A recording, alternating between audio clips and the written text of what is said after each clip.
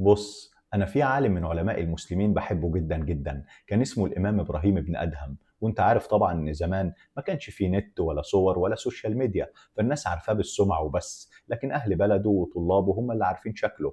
فالناس لما عرفت ان هو موجود في المسجد النبوي الشريف بيزور النبي صلى الله عليه وسلم اتصدموا، وفضلوا يجروا ويقولوا: أين إبراهيم ابن أدهم؟ أين إبراهيم ابن أدهم؟ عايزين نشوفه ونقابله. لكن هو أول لما سمعهم وهم بينادوا وعايزين يقابلوه وقف وفضل يلف معاهم ويقول: أين إبراهيم ابن أدهم؟ أين إبراهيم ابن أدهم؟ وكأنه مش شايف روحه، متواضع، ذنبه بيصغره قدام نفسه، وهو حاسس إنه إنسان بسيط.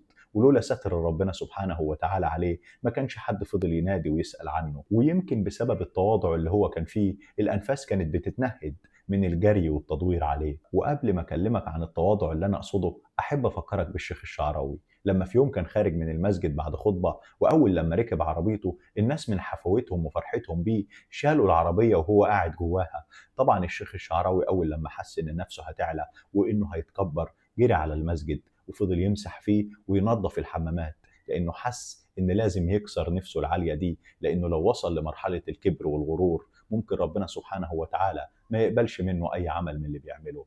فربنا سبحانه وتعالى بيحب العبد المتواضع. واوعى تكون فاكر ان التواضع اللي انا اقصده انك توطي راسك وتتذلل للناس وما يبقالكش شخصيه. التواضع انك تغير رايك لما تحس ان في راي اسلم من رايك واحسن، وانك ترد على الرساله اللي تجيلك وما تتاخرش في الرد عليها، وتفتكر ان ده هيعزز من قيمتك ومن هيبتك. ما تفتحش صدرك قوي وتستلف لدرجه ان السلف يهد حيلك، ولكن تعيش على قدك وبالامكانيات اللي ربنا سبحانه وتعالى اعطاها لك علشان تعيش حياه سويه ومستقره. ما تقاوحش في حاجه طالما انت عارف انك مش هتسد فيها، ولا تدخل في مشكلة مع حد وتعمل راسك براسه مع انك عارف انه هيغلبك في الاخر. ويكش تكون فاكر انك تفهم من التواضع انك ما تحدثش تليفونك، ولا تاكل اللقمة الهنية، ولا تلبس الهدمة النظيفة، ولا تكون جزمتك حلوة. واحد من الصحابة كان فاهم زيك كده بالظبط، وراح يبكي للنبي صلى الله عليه وسلم وفاكر ان هو متكبر، لكن النبي صلى الله عليه وسلم طمنه وقال له ان ربنا سبحانه وتعالى بيحب العبد اللي يلبس الهدمة النظيفة اللي ريحتها حلوة،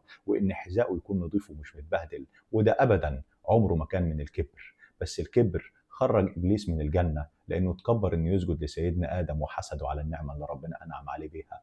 فالتواضع انك تعرف قدر نفسك، وفي نفس الوقت ما تسيبش حقك ولا تسعى انك تكون افضل واحسن. توسع لغيرك في القعده وتبتسم في وش الناس وترمي السلام عليهم وتهزر مع المريض، ده من ضمن التواضع. وانك ما تحسش من جواك ولو للحظه انك احسن من غيرك واعلى منه، لان ده هيوصلك لمرحله كانك محدث نعمه بعيد الشر عنك، شبع بعد جوع زي ما بيقولوا. التواضع انك تكون عالي بس مش متكبر، تقدر الناس مع انك عارف انك انت اعلاهم، ما تردش على اللي غلط فيك مع ان من جواك مقتنع انك تقدر تغلبه وتصغره وما تخلوش يسوى ربع جنيه. تكبر دماغك من غلطات مراتك وتتغافل، تكبر دماغك من غلطات عيالك وما تقفش على الواحده، ده جزء كبير برضه من التواضع.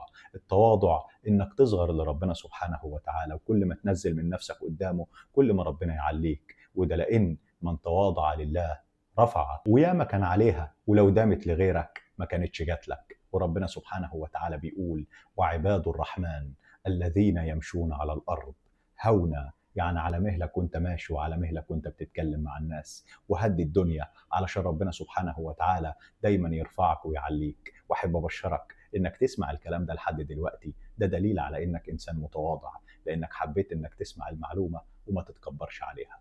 واخيرا، لو فيديوهاتي اوقات بتظهر لك واوقات لا، فانا اسمي احمد ايمن، دور عليا لو جيت على بالك، ويشرفني تتابعني ونتلاقى في الجاية. سلام عليكم.